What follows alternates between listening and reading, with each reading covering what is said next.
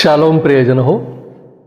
अनुग्रह प्रार्थना सहभागितेच्या आजच्या या ऑनलाईन उपासनेमध्ये आपणा सगळ्यांचं मनपूर्वक स्वागत. खूप आनंद वाटतो आपण नित्यनियमानं या उपासनेमध्ये सहभागी होता. चला उपासनेला सुरुवात करण्यापूर्वी प्रार्थना करूया आणि उपासना प्रभूच्या हातात देऊया. प्रार्थना करू. परमदयाळू परमेश्वरा, सर्वसमर्थ देवा, आमच्या उद्धारक देवा, आम्ही तुझी उपकार स्तुती करतो. प्रभू, आम्हाला ही सुवर्ण संधी दिलीस तुझी उपासना करण्याची. तुझी दया आहे, आम्ही तुझे ऋणी आहोत. प्रभू, उपकार स्तुतीनं भरलेल्या अंतःकरणानं आज आम्ही तुझी उपासना करण्यासाठी एकत्र आलेलो आहोत. तू आमच्यावर अनंत उपकार केलेले आहेस, आम्हाला अनेक आशीर्वाद दिलेले आहेस. तू आमचा प्रेमळ देव आहेस, आमचा पिता आहेस, आमचा तारणारा आहेस. प्रभू, तू आमचा पुरवठा आहेस, आमचा मेंढपाळ आहेस. तू आमचं सर्वस्व आहेस. तुला देण्यासाठी आमच्याकडे फक्त उपासनाच आहे, भक्तीचं अंतःकरण आहे.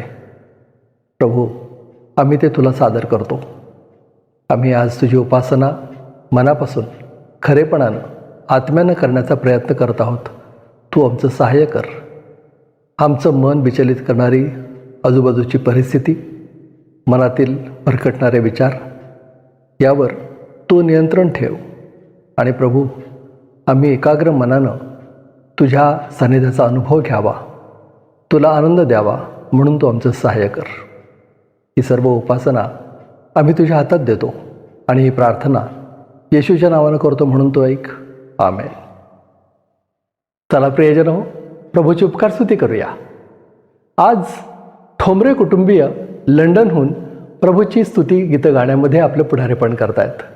आपल्या परिचयाची गाणी आहेत.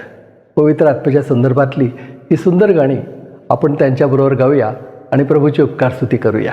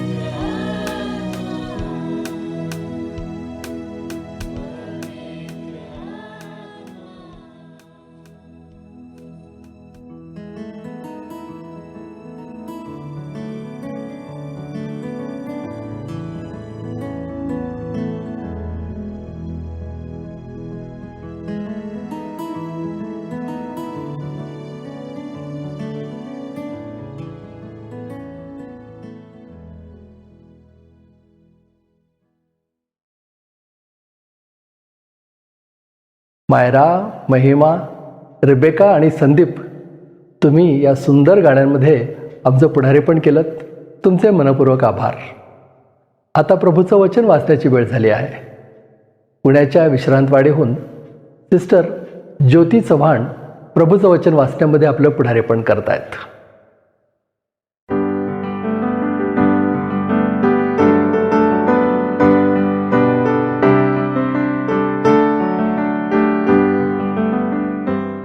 परमेश्वराच्या नावाला धन्यवाद देते. आज पास्टर पीटर गायकवाड आणि पास्टर संजय गायकवाड यांनी अनुग्रह प्रेयर फेलोशिपमध्ये वचन वाचण्याची संधी मला दिली, याबद्दल मी त्यांचे आभार मानते. आजचे वचन कलसेकरास पत्र ह्याचा 4था अध्याय 2 ते 6. कलसेकरास पत्र ह्याचा 4था अध्याय 2 ते 6. प्रार्थना व रोजची वागणूक. प्रार्थनेत तत्पर असा व तिच्यात उपकार स्तुती करत जागृत रहा. आणखी आमच्यासाठी प्रार्थना करा, अशी की ख्रिस्ताच्या ज्या रहस्यामुळे मी बंधनातही आहे ते सांगण्यास देवाने आमच्यासाठी वचनाकरता दार उघडावे. यासाठी की जसे मला बोलले पाहिजे तसे बोलून मी ते रहस्य प्रकट करावे. बाहेरच्या लोकांबरोबर सुज्ञतेने वागा. संधी साधून घ्या. तुमचे बोलणे सर्वदा कृपायुक्त, मिठाने रुचकर केल्यासारखे असावे, म्हणजे प्रत्येकाला कसकसे उत्तर द्यावयाचे हे तुम्ही समजावे. आमेन. वाचलेले सर्व वचन परमेश्वर आपल्यासाठी आशीर्वादित करो. त्याच्या नामाला मान, महिमा आणि गौरव आता आणि सदा सर्व काळ असो. आमेन.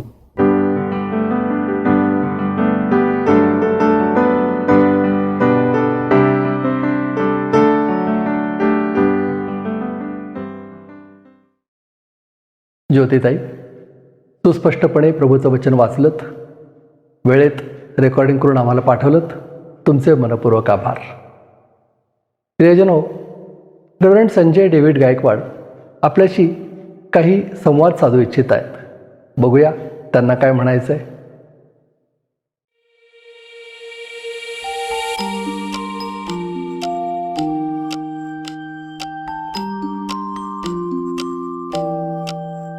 शालोम. कसे आहात आपण सर्व?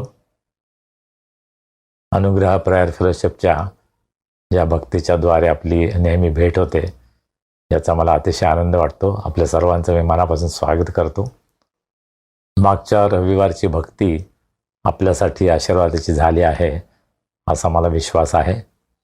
मागच्या रविवारच्या मराठी भक्तीला फार सुंदर प्रतिसाद मिळाला.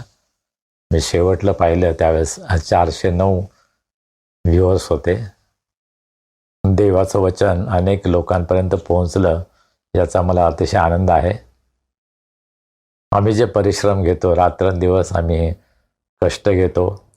कधी कधी मी रात्री 2 आणि 3 वाजेपर्यंत रेकॉर्डिंग करतो, कारण दिवसभरामध्ये काही ना काही कारणामुळे शक्य होत नाही. आणि वेळेच्या आत पीटरला देण्याचा प्रयत्न असतो, परंतु कधी कधी उशीर होतो आणि पीटरला खूप काम करावं लागतं. खरं म्हणजे गेले 2 आठवड्यापासून त्याला बरं नाही आहे. त्याला पाठदुखीचा पुष्कळ त्रास होत आहे. देवाच्या कृपेने त्याला आत्ता पुष्कळ बरं वाटत आहे, परंतु गेले 2 आठवडे त्याला खूप त्रास झाला. या सर्व भक्तीचं एडिटिंग करणं, ते अपलोडिंग करणं ही मोठी जबाबदारी त्याच्यावर आहे. परंतु तो अत्यंत विश्वासूपणे आणि खूप कष्ट घेऊन आपल्यासाठी हे काम करतो. त्याबद्दल आपल्या सर्वांतर्फे मी त्याचेही आभार मानतो. आपण आमच्यासाठी नियमित प्रार्थना करता, त्याबद्दल आम्ही खरोखर आभारी आहोत. कारण तुमच्या प्रार्थनांमुळेच आजपर्यंत आपण हे काम चालू ठेवलं आहे. पुष्कळदा आम्हाला असा मोह झाला, आमच्या मनात पुष्कळदा असा विचार आला की आता ही भक्ती बंद करावी, परंतु प्रभूच्या कृपेनं आजपर्यंत आपण ही भक्ती चालू ठेवली आहे. 5 वर्ष होऊन गेले आहेत. लवकरच आपण 6 वर्ष पूर्ण करणार आहोत आणि प्रभू विश्वासू आहे. आपल्या सर्वांच्या प्रार्थना, आपल्या सर्वांचा सपोर्ट, आपल्यापैकी जे आम्हाला नियमित दान पाठवता, त्यामुळं ही सेवा आम्ही करू शकलो आहोत. अनुग्रह प्रेयर फेलोशिपच्या सेवेसाठी गेल्या आठवड्यामध्ये 2 कुटुंबांनी विशेष दान पाठवलेलं आहे. त्या दोन्ही कुटुंबांचा मी मनापासून आभारी आहे. गेल्या रविवारी संजीवनी गायकवाड आणि अर्पणा यांनी अतिशय सुंदर गाणी सादर केली आणि परमेश्वराच्या आराधनेमध्ये आमचं पुढारी पण केलं. त्याबद्दल आम्ही त्यांचे मनापासून आभारी आहोत. सिस्टर शैलजा घाटगे यांनी अतिशय तत्परतेनं शास्त्रभागाचं वाचन, त्याचं रेकॉर्डिंग करून आम्हाला पाठवलं. त्याबद्दल आम्ही त्यांचे आभारी आहोत. आपल्या भक्तीमध्ये आपण सर्व सहभागी होऊ शकता. आपण शास्त्रवाचन करू शकता, आपण गीतं गाऊ शकता, आपण प्रार्थना करू शकता, आपण संदेश देऊ शकता.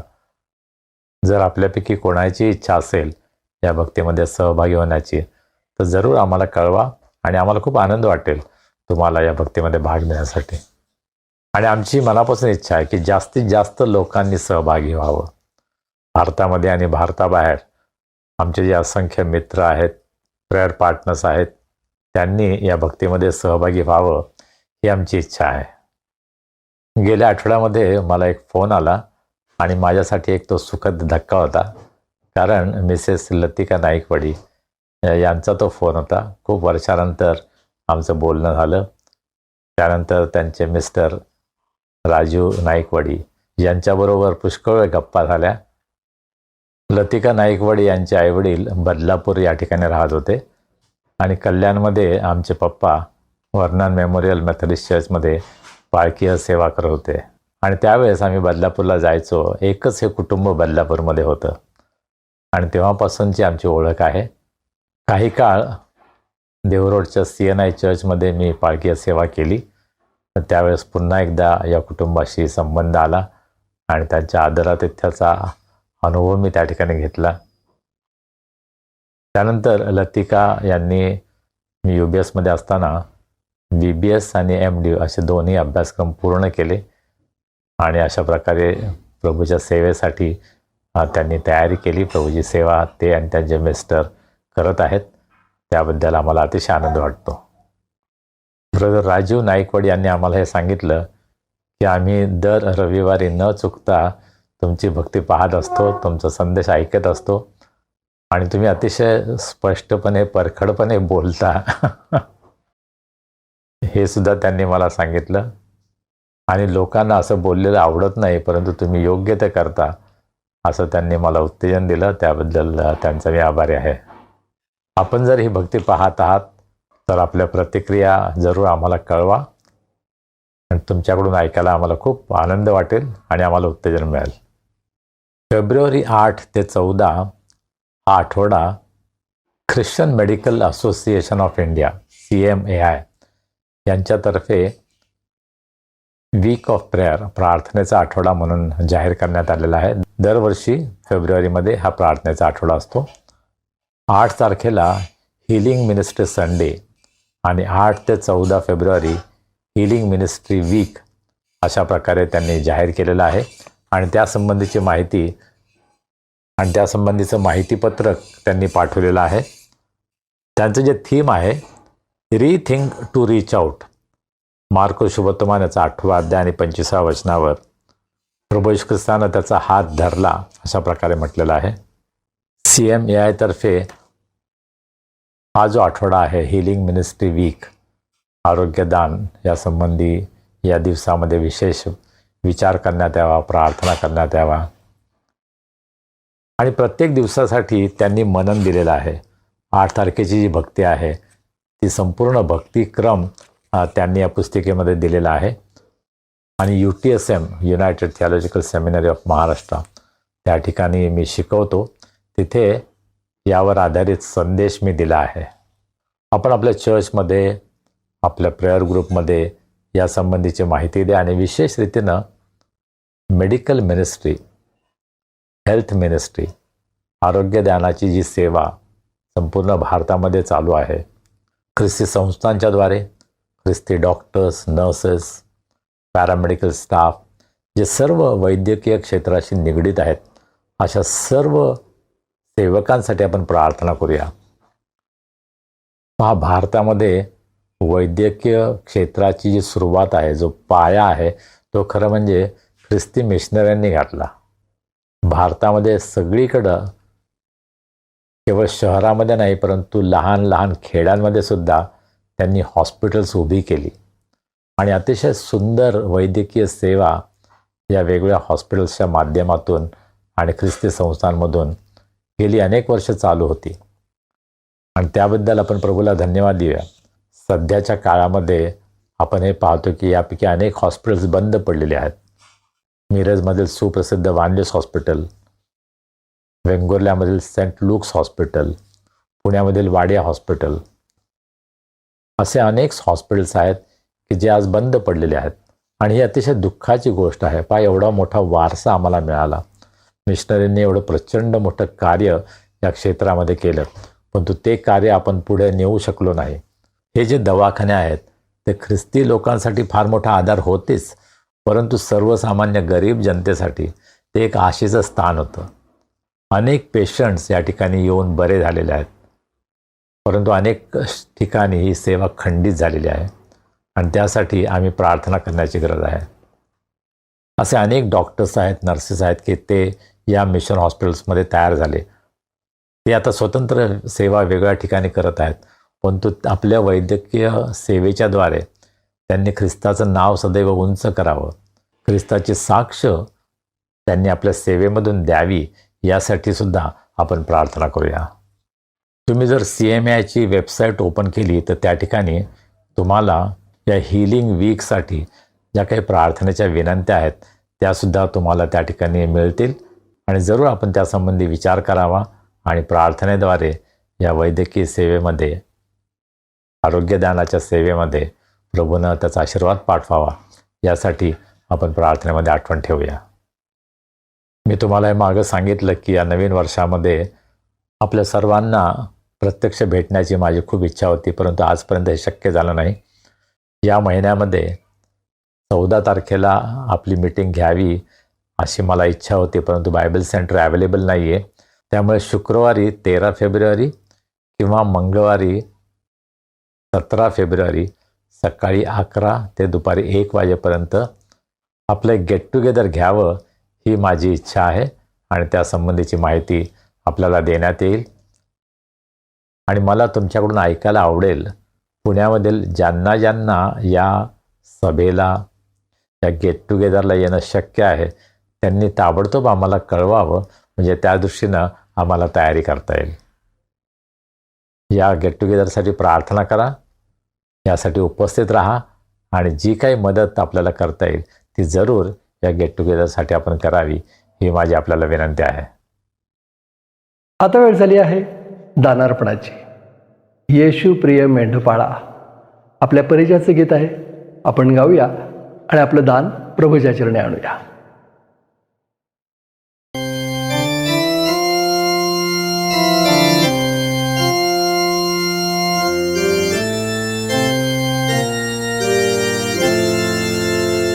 आपण उपासना संगीतामधून एक परिचित गाणं गाऊया, 451, येशू प्रिय मेंढपाळा. माझी खात्री आपल्या सर्वांच्या परिचयाचं गाणं आहे. हे गाणं आपण गाऊया आणि आपलं दान आपण परमेश्वराच्या सेवेसाठी त्याला अर्पण करूया. येशू प्रिय मेंढपाळा, पारी आम्हा कोकरा, ने तू पुरणी आम्हाला आणि रक्षुने घरा. प्रिय येशू, धन्य येशू, भयवारी होतारा. प्रिय येशू, धन्य येशू, भयवारी होतारा. वाणी तव परिसोने आम्ही अनुसरतो. दूरी दुरित करोने शोधी जय बहकतो. प्रिय येशू, ऐक आम्ही प्रार्थितो. प्रिय येशू, धन्य येशू, ऐक आम्ही प्रार्थितो. तुम्हा जवळी मी घेई, दीन जरी दुबळे, देशी मधुवचने राखी प्रभु सगळे. प्रिय येशू, धन्य येशू, तू स्वदुःखे तारिले. प्रिय येशू, धन्य येशू, तू स्वदुःखे तारिले. वा अनुग्रह तुझा, इच्छा तव सुचावी. हे अनन्य गुरुराजा, प्रेमे मने व्यापारी. प्रिय येशू, धन्य येशू, प्रीती आहे वाढावी. प्रिय येशू, धन्य येशू, प्रीती आहे वाढावी. आपण आपलं दान प्रभूच्या हातामध्ये सोपूया, प्रार्थना करूया. हे आमच्या अत्यंत प्रेमळ परमेश्वरा, आम्ही तुला मनापासून धन्यवाद देतो. आम्ही तुझी स्तुती करतो, तुझं नाव उंचावितो, तुला गौरवितो, कारण तू चांगला आहेस, तू विश्वासू आहेस, तू दयाळू आहेस. प्रभू, तुझ्या चांगुलपणाचा अनुभव आम्ही रोज घेतो. तुझे अनेक आशीर्वाद तू आम्हाला आमच्या जीवनामध्ये अनुभवास देतोस. तू आमची काळजी घेतोस, आमच्या गरजा पुरवतोस. प्रभू, आम्ही तुझे मनापासून उपकार मानतो.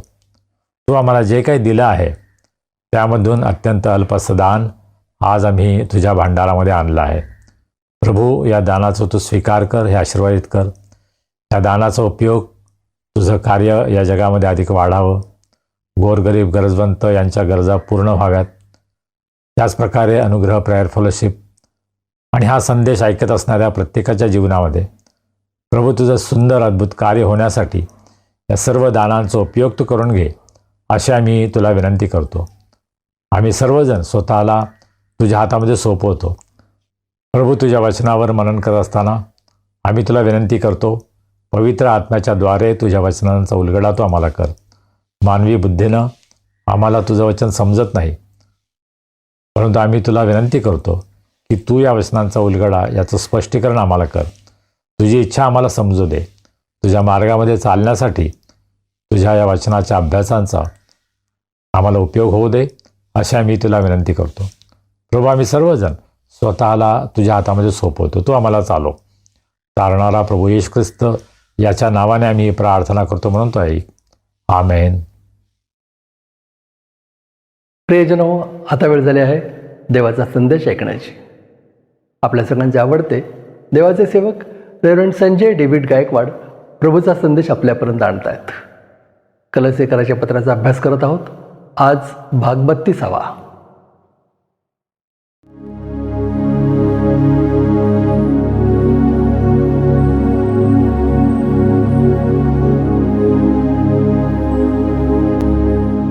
हॅलो, कलसीकरास पत्राच्या आपल्या अभ्यासाकडे आपण परत एकदा जाऊया. आजचा शास्त्रभाग आपल्यासाठी सिस्टर ज्योती चव्हाण यांनी वाचला. इंग्रजीमध्ये डॉक्टर सामा थॉमस यांनी आपल्यासाठी बायबल वाचन केलेलं आहे. या दोन्ही बहिणींचा आम्ही आभारी आहे. अत्यंत तत्परतेनं वेळेमध्ये त्यांनी शास्त्र वाचन केलं आणि आम्हाला पाठवलं, त्याबद्दल आम्ही त्यांचे आभारी आहोत. हा शास्त्रभाग कदाचित आपण तिसऱ्यांदा वाचला आहे आणि कदाचित आत्तापर्यंत तुम्हाला पाठ झाला असेल. दुसऱ्या वचनामध्ये पाऊल म्हणतो, प्रार्थनेत तत्पर असा. त्याच्यात उपकार करत जागृत राहा. आणि मग तो असं आवाहन करतो की आम्हासाठी प्रार्थना करा. आता आम्हासाठी प्रार्थना करा म्हणजे स्वार्थीपणाची प्रार्थना असं नाही सांगत तो काय सांगतो, ख्रिस्ताच्या ज्या रहस्यामुळे मी बंधनातही आहे ते सांगाव्यास देवाने आम्हासाठी वचनाकरता दार उघडावे. माझ्यासाठी नाही, माझी तुरुंगातून सुटका व्हावी यासाठी प्रार्थना करा असं तो सांगत नाही. आजकालच्या आधुनिक प्रिचर्स सेवकांनी जर प्रार्थनेची विनंती केली असते, जर मी असतो मी काय केले असते, माझी सुटका व्हावी म्हणून प्रार्थना करा. पण तो पावलाची विनंती ते नाही, तो म्हणतो वचनासाठी दार उघडावं म्हणून प्रार्थना करा. मग त्याचे विचार किती उच्च आहेत नाही का. आणि मग प्रार्थनेची विनंती केल्यानंतर 4थ्या वचनामध्ये शेवटी तो काय म्हणतो, जसे मला बोलले पाहिजे तसे बोलून मी ते रहस्य प्रगट करावे म्हणून प्रार्थना करा. एकतर वचनासाठी दार उघडावं म्हणून प्रार्थना करा, आणि मग मी कसं बोललं पाहिजे त्याचं ज्ञान देवाने मला द्यावं यासाठी प्रार्थना करा. आणि किती आवश्यक आहे नाही का. मी जर प्रभूचं वचन गाजवतो तर मी ते योग्य प्रकारे गाजवायला पाहिजे. माझे शब्द चांगल्या प्रकारे मी वापरायला पाहिजेत. लोकांना खुश करण्यासाठी, लोकांनी माझी वाहवा करावी त्यासाठी मला संदेश नाही द्यायचा. परंतु जसं मला बोललं पाहिजे, ज्यामधून देवाचं गौरव होईल, ज्यामधून देवाची वाणी लोकांना ऐकायला मिळेल, ज्यामुळे लोक देवाकडे वळतील, तसं मी बोललं पाहिजे म्हणून प्रार्थना करा. आणि प्रत्येक सेवकानं, प्रत्येक प्रीचरनं हे लक्षात ठेवणं किती महत्त्वाचं नाही का, की माझ्या प्रीचिंगच्या द्वारे, माझ्या संदेशाच्या द्वारे लोकांना मी प्रभूकडे आकर्षित करत आहे का, की लोक माझ्याकडे आकर्षित होतात.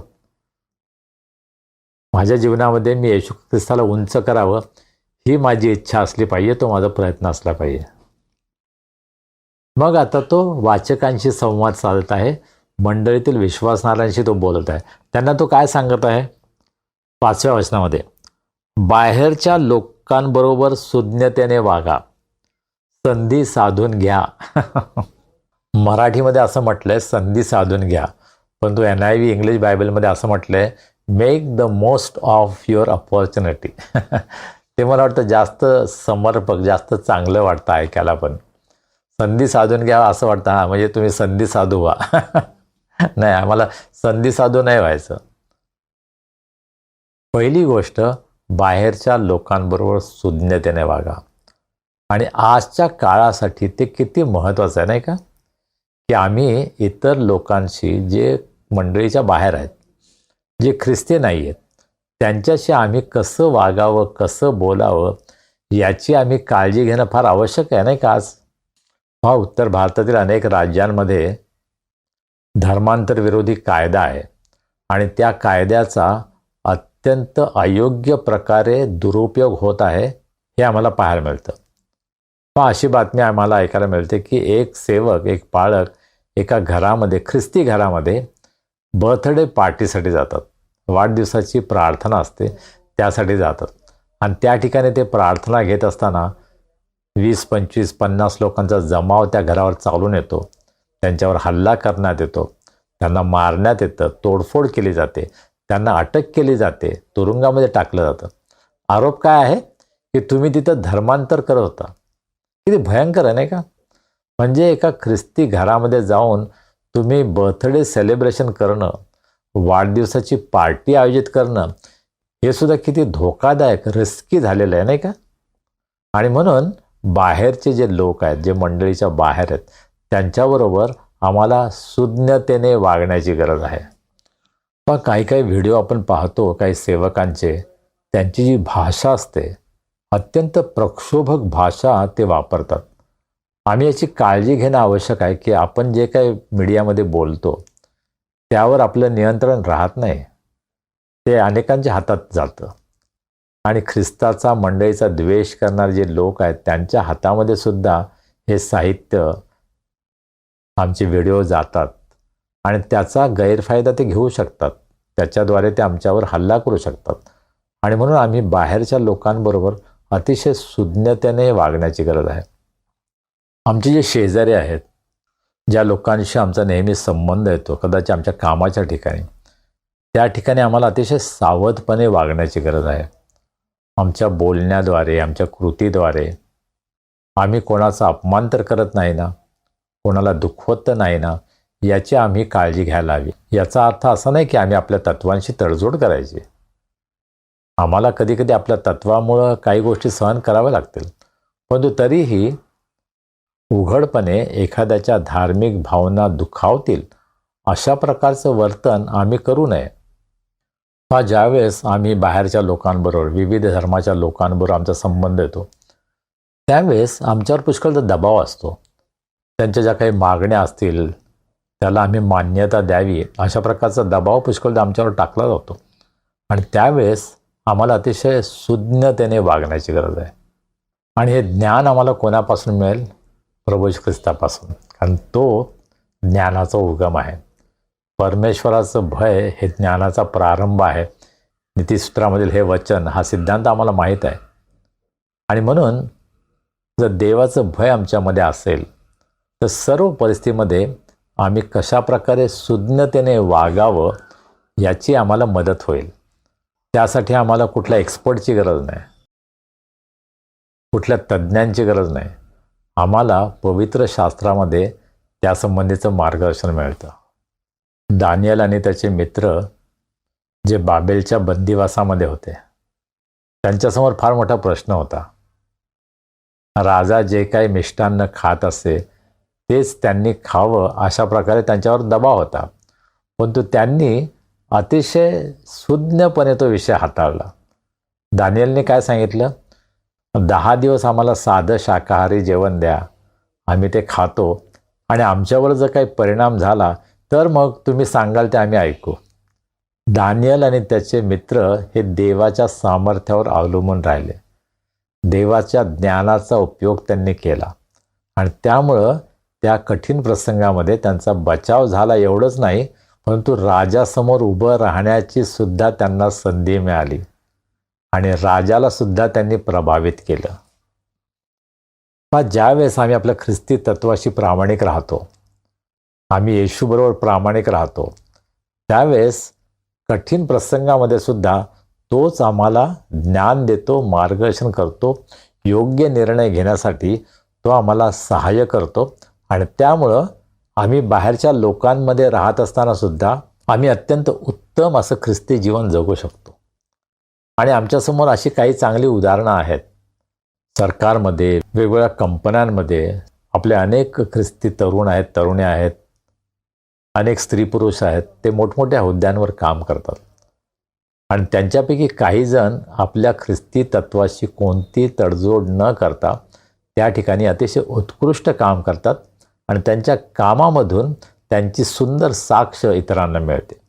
त्यामुळं पुष्कळ त्यांच्यावर आरोप करणारे सुद्धा हे शांत होतात. आणि आज आमच्यासमोर ते आव्हान आहे. आमच्या आजूबाजूचं जे वातावरण आहे ते कदाचित अतिशय निराश करणार असेल, परंतु अशा परिस्थितीमध्ये सुद्धा आपण जर देवावर अवलंबून राहिलो, जर आपण देवाचं सहाय्य घेतलं, तर त्या परिस्थितीमध्ये सुद्धा आपण अतिशय योग्य प्रकारे आपली जबाबदारी पार पाडू शकतो. आणि म्हणून आम्हाला सुज्ञतेने वागायचं आहे.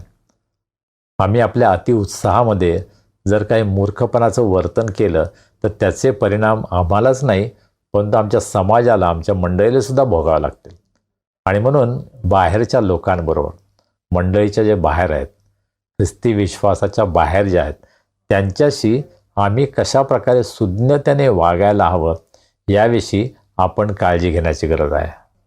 या वचनामध्ये पाऊल पुढे असं म्हणतो की संधी साधून घ्या.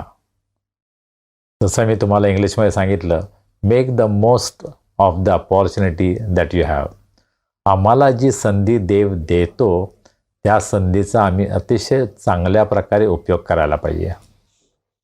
तुम्ही एखाद्या चांगल्या मोठ्या अधिकाराच्या पदावर असाल तर त्या अधिकाराचा उपयोग समाजामधील जे दलित आहेत, गरीब आहेत, ज्यांच्यावर अत्याचार होतात त्यांच्यासाठी आपण करायला हवा. केवळ आपला स्वतःचाच फायदा कसा होईल हे न पाहता इतरांना आपल्याला काय मदत करता येईल या दृष्टिकोनातून मला असं वाटतं की प्रत्येक ख्रिस्ती व्यक्तीनं प्रयत्न करायला हवा. जसं मर्दखय एस्थेरला म्हणाला की तू आज यहुदी लोकांना मदत केली नाही तर देव दुसऱ्या कोणत्याही मार्गानं आपल्या लोकांना मदत करेल, परंतु तुझं काय होईल याचा विचार कर. आणि आज हेच आव्हान बाहेरच्या क्षेत्रामध्ये जे काम करतात त्यांच्यासमोर आहे. तुम्ही आज येशू ख्रिस्तासाठी उभं राहण्याची गरज आहे. देवाच्या लोकांसाठी उभं राहण्याची गरज आहे. देवाने तुम्हाला जो काही अधिकार दिलेला आहे त्या संधीचा फायदा केवळ स्वतःच्या स्वार्थासाठी, आपल्या कुटुंबासाठीच न करता आपले जे लोक आहेत त्यांना कशाप्रकारे मदत करता येईल, त्यांना कशाप्रकारे वर करता येईल, या दृष्टिकोनातून प्रत्येक व्यक्तीनं जर प्रयत्न केला तर मला असं वाटतं त्यामध्ये ते यशस्वी होतील आणि त्यामध्ये देवाचं सुद्धा गौरव होईल. पाऊल जेव्हा म्हणतो संधी साधून घ्या, त्यावेळेस त्याचा अर्थ तुम्ही स्वार्थी व्हा असं म्हणत नाही तो, परंतु देवासाठी या संधीचा चांगला उपयोग करा. आणि आज आम्हा प्रत्येकांसमोर ते आव्हान आहे की आम्ही ज्या ठिकाणी आहोत त्या ठिकाणी देवानं आम्हाला ठेवलेलं आहे. मग तुम्ही ख्रिस्ती संस्थेमध्ये असाल, शाळेमध्ये असाल, हॉस्पिटलमध्ये असाल, सरकारी नोकरीमध्ये असाल, कोणत्याही ठिकाणी तुम्ही जेव्हा काम करता त्यावेळेस देवानं तुम्हाला ही संधी दिलेली आहे. त्या संधीचा देवाच्या योजनेप्रमाणे, देवाच्या गौरवासाठी आणि ख्रिस्ती विश्वासणाऱ्यांना मला कशी मदत करता येईल या दृष्टिकोनातून या संधीचा आपण फायदा घेतो का हा विचार करण्याची गरज आहे. आणि म्हणून मला आपल्या सर्वांना आव्हान करायचं आहे, तुम्ही ज्या ठिकाणी आहात त्या ठिकाणी देव जर तुम्हाला संधी देतो तर त्या संधीचा योग्य उपयोग आपण करत आहात का? स्वतःच्या फायद्यासाठी नाही, फक्त कुटुंबाच्या फायद्यासाठी नाही, परंतु मंडळीसाठी, ख्रिस्तासाठी, सर्वसामान्य लोकांसाठी तुम्ही कशाप्रकारे आपल्या पदाचा, आपल्या जबाबदारीचा उपयोग करत आहात याविषयी आपण विचार करूया. पुढच्या वचनामध्ये पाऊल असं म्हणतो, तुमचे बोलणे सर्वदा कृपायुक्त, मिठाने रुचकर केल्यासारखे असावे, म्हणजे प्रत्येकाला कसे कसे उत्तर द्यावयाचे हे तुम्ही समजावे. 3 गोष्टी आहेत. तुमचे बोलणे सर्वदा कृपायुक्त असावे. कृपायुक्त म्हणजे काय? इंग्रजीमध्ये gracious. The talk should be gracious. काही काही लोकांच्या बोलण्यामध्ये आपल्याला हे जाणवतं ते अतिशय कृपाळू आहेत. मदर तेरेसाचं उदाहरण देता येईल, किंवा असे अनेक लोक आहेत की जे आपल्या बोलण्यामध्ये सुद्धा अत्यंत कृपाळू होते. अतिशय मृदू बोलणं, मनाला स्पर्श करणारं अशा प्रकारचं त्यांचं बोलणं असतं, नाही का?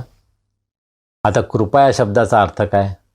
कृपा म्हणजे जे मला मिळावं याची माझी पात्रता नाही ते देव मला देतो म्हणजे कृपा, बरोबर? मग आमच्या बोलण्यामध्ये लोकांना हे समजायला पाहिजे की कदाचित त्यांची पात्रता नसेल तरीसुद्धा मी त्यांना उत्तम ते देईन. मला एखाद्या व्यक्तीपासून फायदा होतो म्हणून मी त्याच्याशी चांगलं बोलायचं असं नाही आहे, परंतु एखाद्याची पात्रता नसेल तरीसुद्धा मी त्याच्याशी चांगलंच बोलेन. देव जसं माझ्याशी वागतो तसं मी इतरांशी वागेन. देवाच्या कृपेचा जसा मी अनुभव घेतलेला आहे तसंच माझ्या बोलण्यातून जे ऐकणारे आहेत, माझ्या संबंधामध्ये जे लोक येतात त्यांनासुद्धा देवाच्या कृपेचा अनुभव यायला पाहिजे. मग हे फार मोठं आव्हान आहे, नाही का? फार कठीण आहे. सर्वसाधारणपणे ज्यांच्यापासून मला फायदा आहे किंवा जे माझ्यापेक्षा उच्च पदावर आहेत त्यांच्याशी मी चांगलं बोलतो, परंतु कदाचित एखादा रस्ता झाडणारा माणूस असेल, अत्यंत हलक्या दर्जाचं काम करणारा व्यक्ती असेल, त्याच्याशी सुद्धा आम्हाला कृपायुक्त बोलता येईल का? कदाचित त्याला असं वाटत असेल की माझी काही पात्रता नाही माझ्याशी कोणी चांगलं बोलावं, तरीसुद्धा आपण त्याच्याशी चांगलं बोलू शकतो का? आपण हॉटेलमध्ये जातो, वेटर आपल्याला जेवण आणून देतो, त्या वेटरला आपण कधी थँक्यू म्हटलं आहे का? पुष्कळदा हॉटेलमध्ये गेल्यानंतर ज्या पद्धतीनं वेटरकडं लोक पाहतात, ज्या प्रकारची ट्रीटमेंट त्याला देतात, ते अतिशय दुःखदायक वाटतं. तो पण माणूस आहे, तो पण बिचारा पैसा मिळवण्यासाठी कष्ट करत आहे, आपल्या कुटुंबासाठी कष्ट करत आहे आणि त्या कष्टाचा आपण आदर करायला पाहिजे. पण भारतामध्ये हे चित्र आहे की भारतामध्ये अशा प्रकारे जे हलकी कामं करतात त्यांच्याकडं एक तुच्छतेने पाहण्याचा एक दृष्टिकोन भारतामध्ये आपल्याला आढळतो, परंतु परदेशामध्ये नाही. परदेशामध्ये श्रमाला प्रतिष्ठा आहे. तुम्ही कोणतंही काम करा, तुम्हाला कमी लेखलं जात नाही, तुमच्या कामावरून तुमची किंमत होत नाही. परंतु भारतामध्ये आपण काय पाहतो, एखादं जर हलकं साधं काम करणार असेल तर त्याला समाजामध्ये किंमत दिली जात नाही, त्याला महत्त्व दिलं जात नाही. आमच्या घरामध्ये कचरा गोळा करण्यासाठी जी बाई येते, तिला कचरा दिल्यानंतर तिला मी थँक्यू म्हणतो. आणि मी माझ्या मुलीपासून शिकलो. मुलीने मला शिकवलं की तुम्ही तिला थँक्यू म्हणायला पाहिजे, कारण ती आपल्याला मदत करते. ज्यावेळेस मी रिक्षातून प्रवास करतो आणि रिक्षाचा प्रवास संपल्यानंतर ज्यावेळेस मी त्याला बिल देतो, त्याचे पैसे देतो, त्यावेळेस मी त्याला थँक्यू म्हणतो. आणि ते आश्चर्याने माझ्याकडे पाहतात, कशाबद्दल. आणि ते सुद्धा थँक्यू सर अशा प्रकारे मला म्हणतात. मग आपण लोकांशी चांगलं वागलं तर ते सुद्धा आपल्याशी चांगलं वागतात, नाही का? आम्ही सर्वांचा सन्मान करायला, आदर करायला शिकलं पाहिजे. त्यांचं स्थान काय आहे, ते उच्च पदावर आहेत, अधिकारावर आहेत म्हणूनच त्यांचा सन्मान करायचा असं नाही. परंतु सर्वसामान्य, सर्वसाधारण जे लोक आहेत, जे आमची सेवा करतात, त्यांचा आम्ही सन्मान करायला पाहिजे, त्यांचे आम्ही आभार मानायला पाहिजे. आणि अशा प्रकारे आमचं बोलणं हे कृपायुक्त असायला हवं. दुसरी गोष्ट पाऊल या ठिकाणी सांगतो की मिठानं रुचकर केल्यासारखं तुमचं बोलणं असावं. मिठाचा स्वभाव काय? जेवणाला, अन्नाला चव आणणं. मग कल्पना करा, जर आपण अन्नामध्ये मीठच टाकलं नाही, तुम्ही फार छान चिकन करी तयार केली परंतु मीठच टाकायला विसरला, तर त्या जेवणाला चव राहणार नाही का? त्या जेवणाचा आनंद आपल्याला घेता येणार नाही. आपल्या बोलण्याच्या द्वारे लोकांच्या जीवनामध्ये आम्ही आनंद आणतो का? मिठासारखं आमचं बोलणं आहे का? रुचकर. रुचकर जेवण आपण जेव्हा जेवतो त्यावेळेस आपल्याला खूप आनंद होतो नाही का? आपल्याला समाधान वाटतं, काय सुंदर जेवण झालं. आपल्या घरामध्ये स्त्रीने जर जेवण बनवलं असेल तर तिचे आपण आभार मानतो की किती सुंदर जेवण बनवलं. आमचं बोलणं मिठाप्रमाणे रुचकर असावं.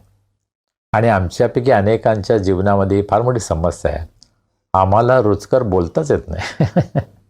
पुण्याविषयी बोलताना अनेक जोक केले जातात नाही का, की पुण्याचे लोक सरळ बोलतच नाहीत, ते नेहमी वाकडच बोलतात, नेहमी टोमणेच देतात.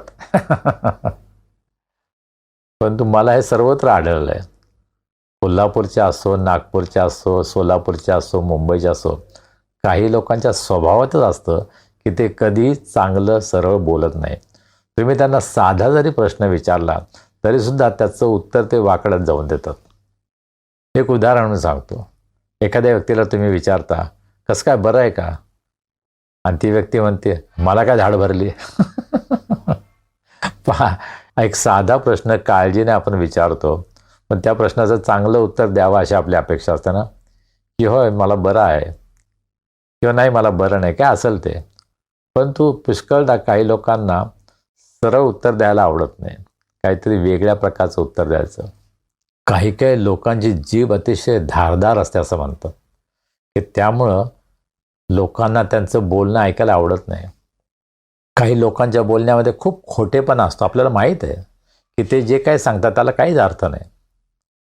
आपल्या देशाचे काही नेते आपल्याला माहीत असतील, फार चांगली भाषणं देतात, परंतु व्यवहारामध्ये त्यांचं जीवन कसं आहे ते आपल्याला माहीत आहे. कदाचित काही सेवकांविषयी अशी साक्ष असेल, काही ख्रिस्ती पुढाऱ्यांविषयी सुद्धा अशी साक्ष असेल, आणि ही अतिशय चूक आहे, दुःखदायक आहे. पण संदेश देताना मी फार चांगली भाषा वापरली, परंतु प्रत्यक्षात एखाद्या व्यक्तीशी व्यवहार करताना मी अतिशय कठोर भाषा जर वापरतो तर त्याचा अर्थ माझं बोलणं मिठाप्रमाणे रुचकर नाही आहे, मी ते रुचकर केलेलं नाही. प्रभू येशू ख्रिस्त काय म्हटलं? तुम्ही जगाचं मीठ आहात. आमचं जीवनच मिठाप्रमाणे रुचकर असायला हवं.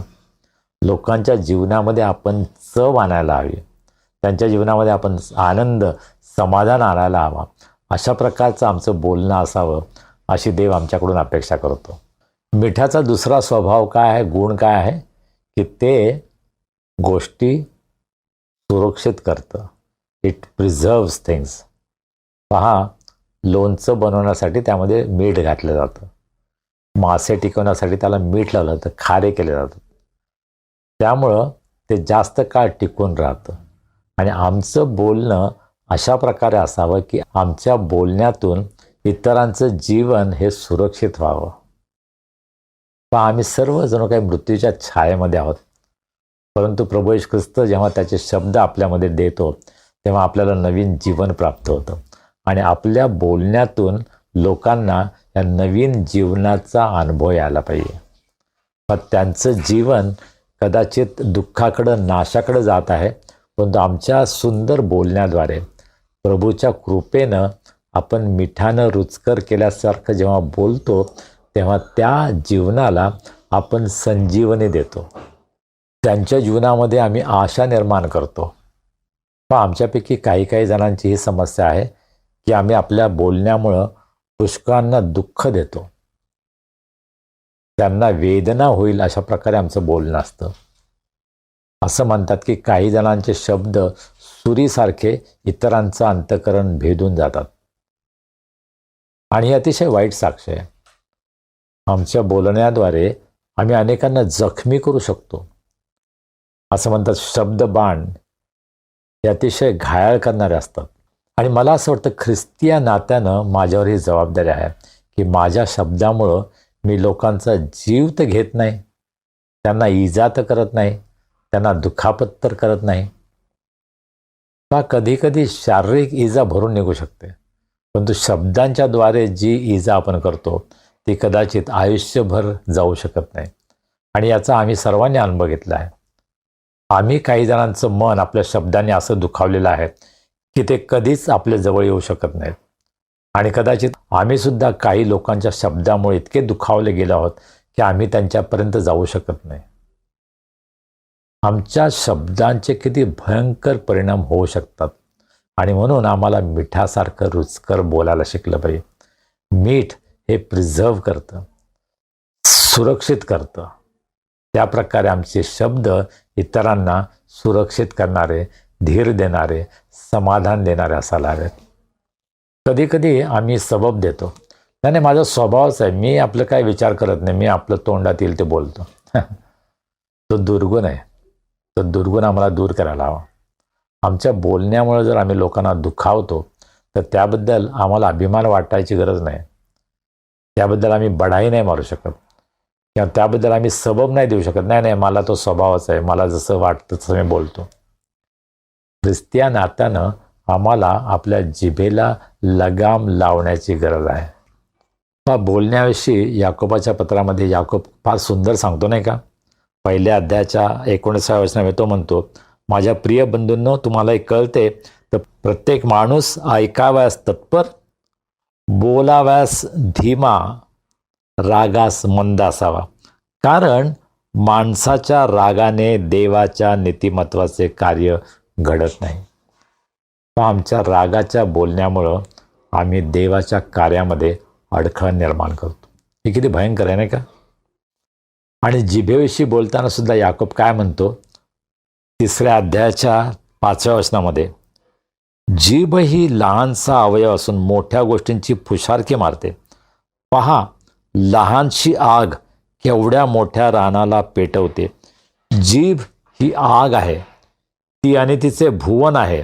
आपला अवयवात सर्व शरीर अमंगळ करणारा अवयव जीभ आहे. ती सृष्टीचे चक्र पेटवणारी आणि नरकाने पेटवलेली अशी आहे.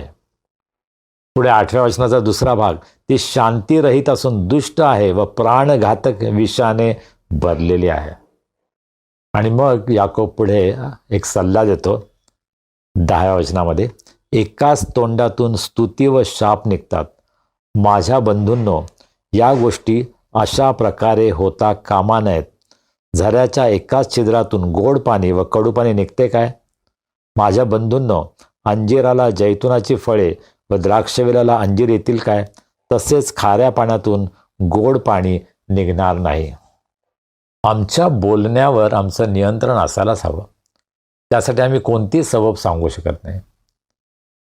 देवाचं कार्य आमच्या बोलण्यामुळे आम्ही नष्ट करू शकतो आणि म्हणून आम्हाला फार काळजी घेण्याची गरज आहे. आमचं बोलणं मिठानं रुचकर केल्यासारखं आहे का. आपण स्वतःच्या जीवनाकडे पाहूया. आपले स्वतःचे शब्द आपण तपासून पाहूया. आम्ही कधी कोणाशी कसं बोलतो याविषयी आपण विचार करूया.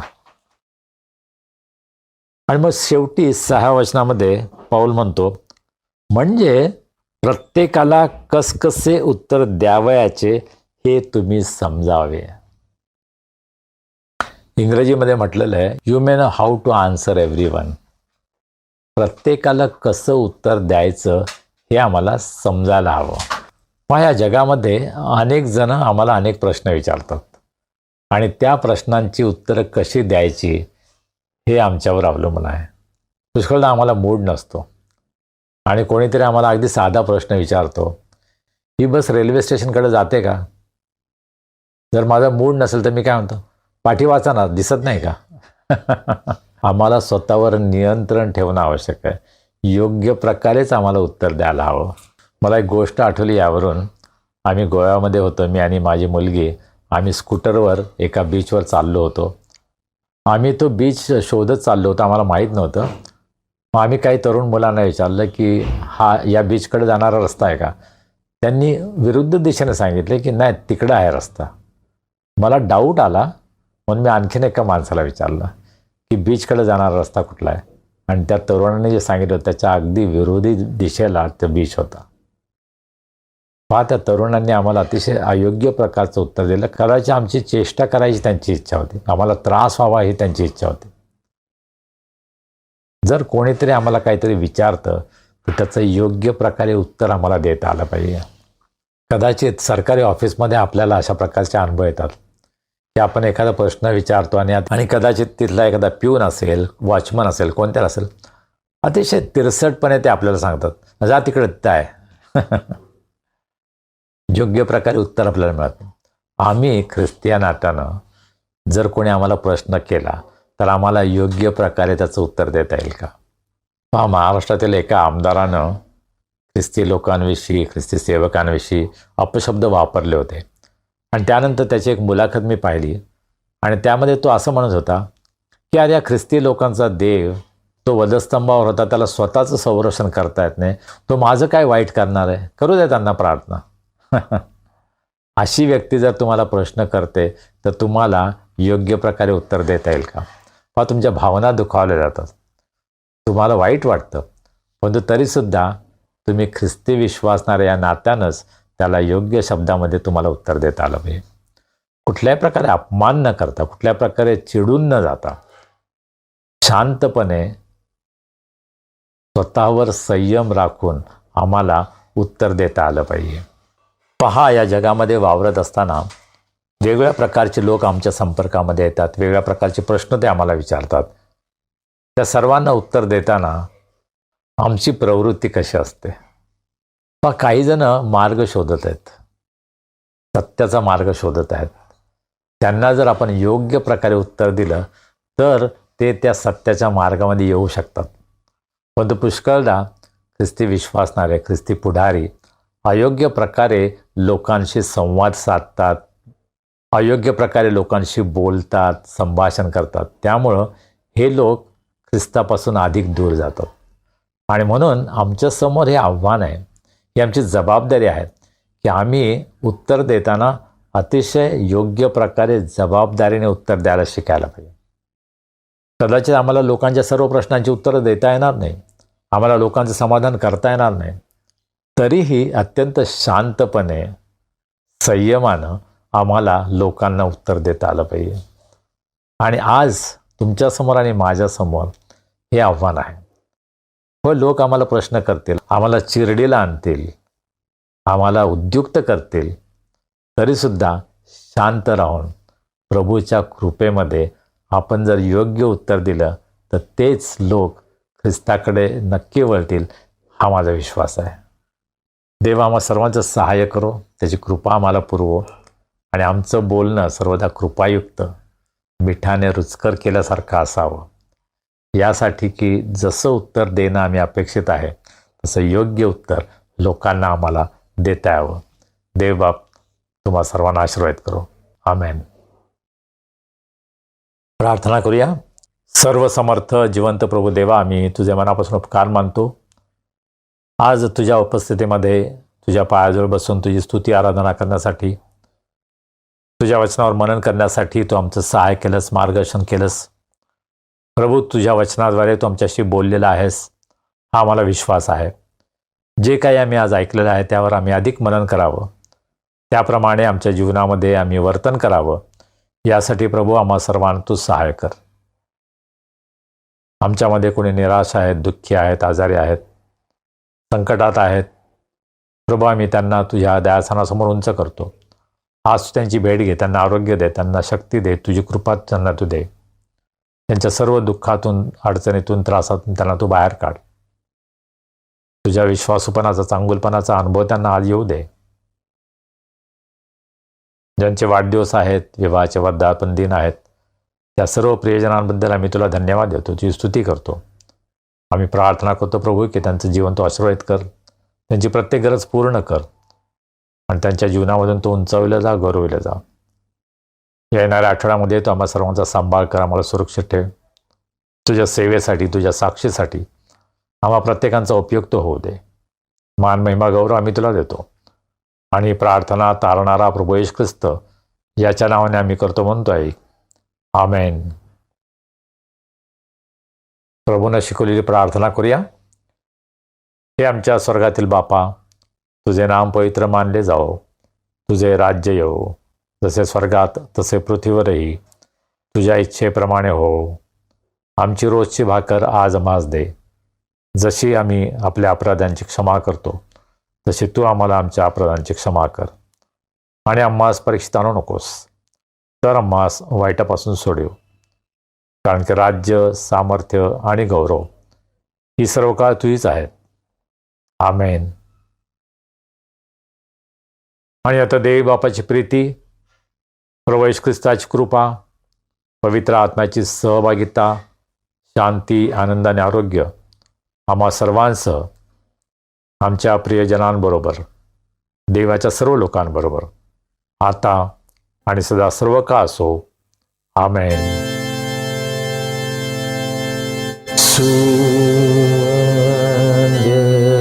देवा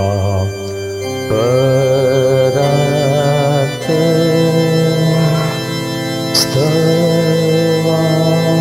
हो त्याला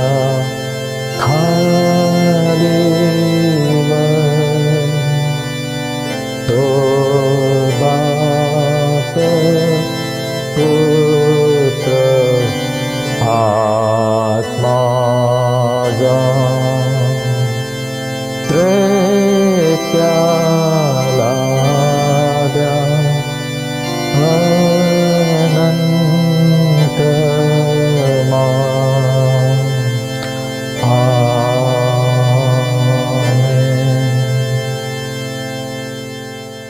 शालोम. काय प्रियजनो, उपासना आवडली, आशीर्वाद मिळाला? उपासनेची लिंक आपल्या मित्रमंडळी, नातेवाईकांना तुम्ही पाठवताय, तुमचे मनपूर्वक आभार. आता भेटूया पुढील रविवारी. तोपर्यंत शालोम.